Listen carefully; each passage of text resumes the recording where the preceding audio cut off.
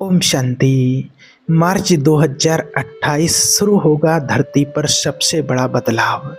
देखिए, आज समय आ रहा है 2026 और 28 और 32 के परफेक्ट से लोग बहुत बात कर रहे हैं कि सबका एक अपना अकाउंट है कर्मों का। ये तो आप सभी जानते हैं।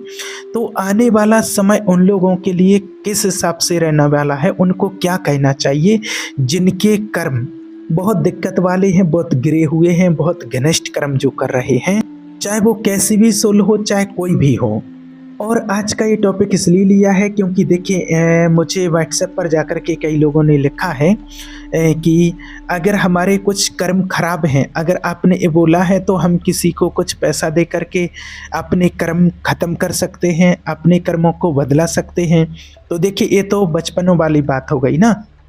कहने का मतलब ये है कि देखिए, अगर किसी ने किसी का मर्डर किया है तो उसको फांसी होगी, और फांसी नहीं तो उम्र कैद तो उसकी होगी ना। पैसे दे करके तो नहीं छूट सकते हैं ना। और यहाँ पर तो कुछ भी हो सकता है, यहाँ पर तो लोग पैसे दे करके बच भी सकते हैं, कुछ भी बदल सकते हैं, दूसरे को भी फंसा सकते हैं, ऐसा भी हो सकता है। लेकिन वहाँ उसके यहाँ ऐसा नहीं होता है, उसके यहाँ रिश्वत और सिफारिश कुछ भी नहीं चलती है। आप लोग सोचते हैं, यहाँ दुनिया में सोचते हैं, जैसे पैसों के लेवल से सोचते हैं कि कर्म कुछ भी खराब कर लिया, फिर यहाँ पर पाठ पूजा कर लिया, हवन करवा लिया, गंगा जी में स्नान करके आए, कन्या भोज करवा दिया, और ऐसा करने से हमारे कर्म कट जाएंगे, मैंने पाठ करवा लिया है तो मेरे पाप कट जाएंगे। तो नहीं। कई लोग तीर्थ यात्राओं पर हो आए, कई कैलाश पर्वत या यहाँ वहाँ कहीं भी तीर्थ यात्राओं पर हो आए, और लोग सोचते हैं कि हम बच जाएंगे। तो नहीं बच सकते हैं, इससे कर्म नहीं कटते हैं। इस बात को आप बिल्कुल अच्छे से ध्यान से सुन लेना। वो आपकी श्रद्धा भाव अलग है, वो अच्छी बात है कि वहाँ से आपको कंसेशन मिल सकता है कि आप तीर्थ यात्रा पर गए, मंदिर गए, तो वो एक अच्छी बात है, उसका आपको अलग से मिलेगा। लेकिन जिसको आपने दुख दिया है, जिस व्यक्ति को आपने तकलीफ दी है, उसको कौन करेगा? वो तो आपको क्लियर करना है ना। आप ऊपर गए, आप किसी भी मंदिर पर होकर के आए, कैलाश पर्वत होकर के आए, कहीं भी किसी भी अच्छे मंदिर में होकर के आए, तो वहाँ से आपको एक स्ट्रेंथ मिली, पॉजिटिविटी मिली आपको। तो कर्म, लेकिन कर्म तो फिर भी आपको काटने हैं ना। क्वेश्चन पेपर तो आपके सामने है, और पेपर भी आपके सामने है कि आपने जो कर्म किया है इसका फल क्या मिलेगा, इसका फल क्या होगा। तो लिखो अब आप अपने पेपर पर। अब जब आंसर आपको लिखना है तो आपने स्ट्रेंथ मांगी एक चीज कि मैंने अगर इतने बुरे कर्म किए हैं और मैं इस घर में पैदा हुआ हूँ या हुई हूँ, तो मेरी किसी से क्यों नहीं बनती है। तो ये आप 100% आप लिख लो कि वो आत्मा या आप कार्मिक अकाउंट क्लियर करने के लिए ही आए हैं, बिकॉज यूनिवर्स टू उसको आपने ही चूज किया है। बिफोर बर्थ जो है वो आपने ही चूज किया है। हम अपने माता पिता खुद चुन करके आते हैं, पर क्यों चुन करके आते हैं? अपने कर्मों के हिसाब से। जिसका जो कर्म है तो वो अपने कर्मों का हिसाब किताब करने के लिए ही चुन करके आते हैं कि यहाँ से हमारे कर्मों का हिसाब किताब जल्दी से जल्दी पूरा हो जाए, इसलिए ही चुन करके आते हैं।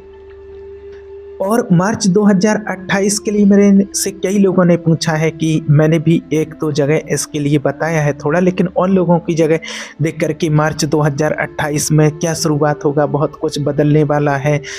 तो आज देखिए, परिवर्तन की तो बेला है, ये तो आप सभी जानते ही हैं, और 2025 से भी देखते आए हैं, शुरुआत से ही देख रहे हैं कि जो इतनी सारी त्रासदियाँ आ रही हैं, प्राकृतिक आपदाएं आ रही हैं, एक्सीडेंट्स हो रहे हैं, और अभी तो आप देख ही रहे हैं कि उत्तराखंड, हिमाचल में क्या बादल फट करके और क्या तबाही हो रही है। और जम्मू कश्मीर में भी हुआ है, कश्मीर में भी हुआ है। तो ये अभी देखिए शुरुआत है, अभी तो ये कुछ भी नहीं हो रहा है 28 तक पहुंचने की। ये तो एक छोटा छोटा एक ट्रेगल दिखा रहे हैं आपको।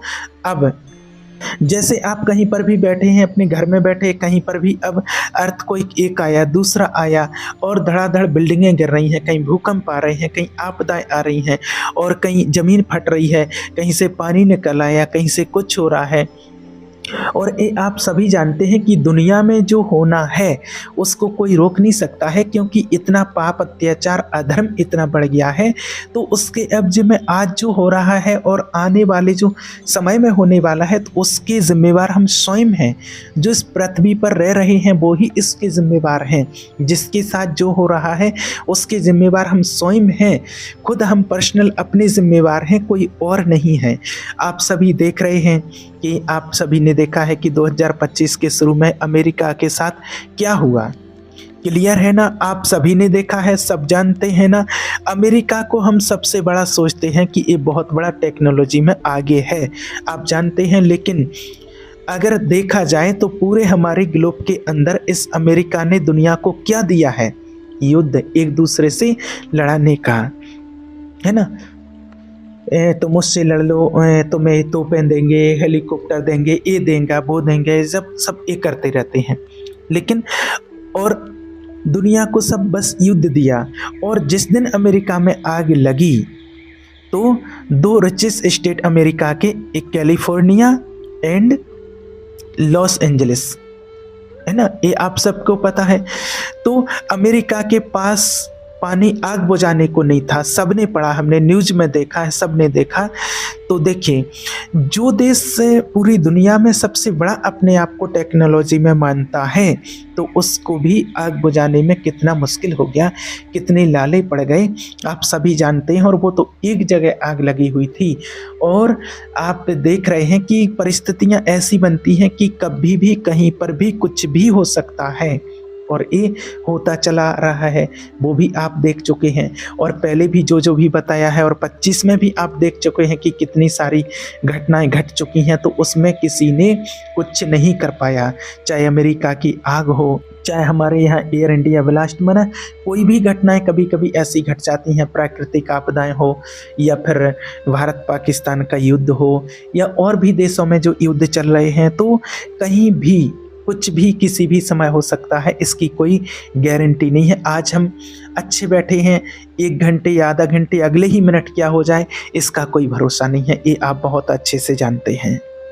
और कितनी बर्फबारी, और ऐसा समय आएगा कि आज पानी, बाढ़, आपदाएं कहीं भी कुछ भी आ जाती हैं कि कितनी स्टेट, कितनी जगह डूब जाते हैं पानी से। और आज भी ऐसी घटनाएं हो रही हैं, वो भी आप देख रहे हैं।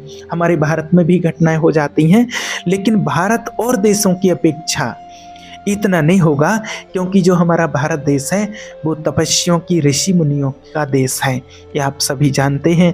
और आज भी उनकी जो तपस्वी थे, जो ऋषि मुनि थे, आज वो यहाँ है नहीं, लेकिन उनकी ऊर्जा, उनकी एनर्जी आज भी हमें सपोर्ट कर रही है और आज भी हमें मिलती है, क्योंकि भारत बहुत सतो प्रधान देश है।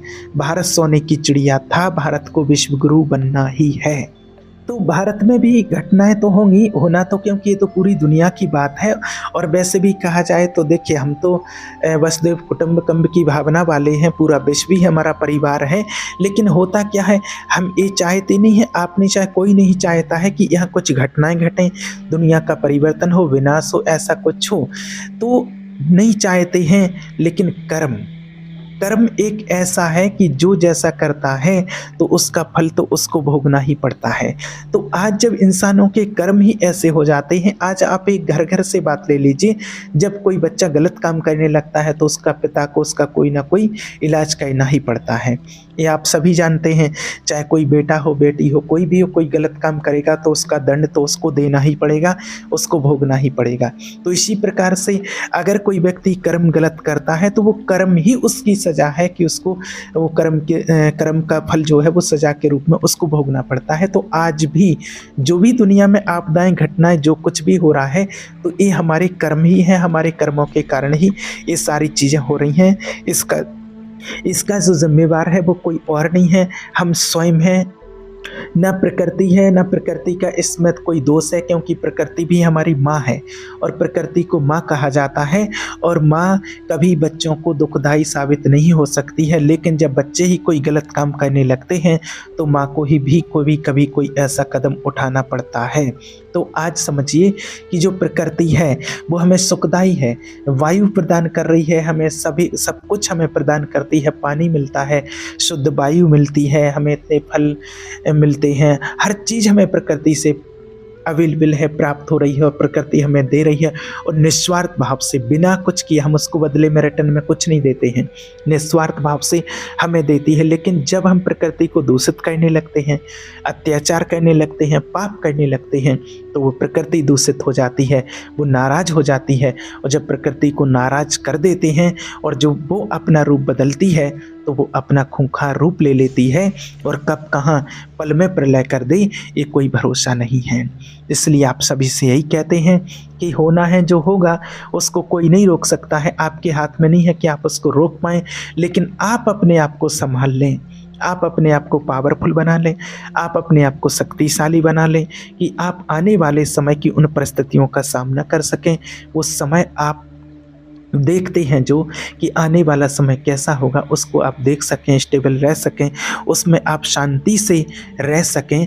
बस इसके लिए आप अभी से तैयारी कर सकते हैं और आप परमात्मा का ध्यान करके, मेडिटेशन करके, भगवान से जुड़ के वो शक्तियाँ प्राप्त कर सकते हैं कि आने वाले समय में आपको कोई दिक्कत नहीं होगी। और समय तो परिवर्तित होना ही है, क्योंकि परिवर्तन की वेला निश्चित है, उसको कोई टाल नहीं सकता है।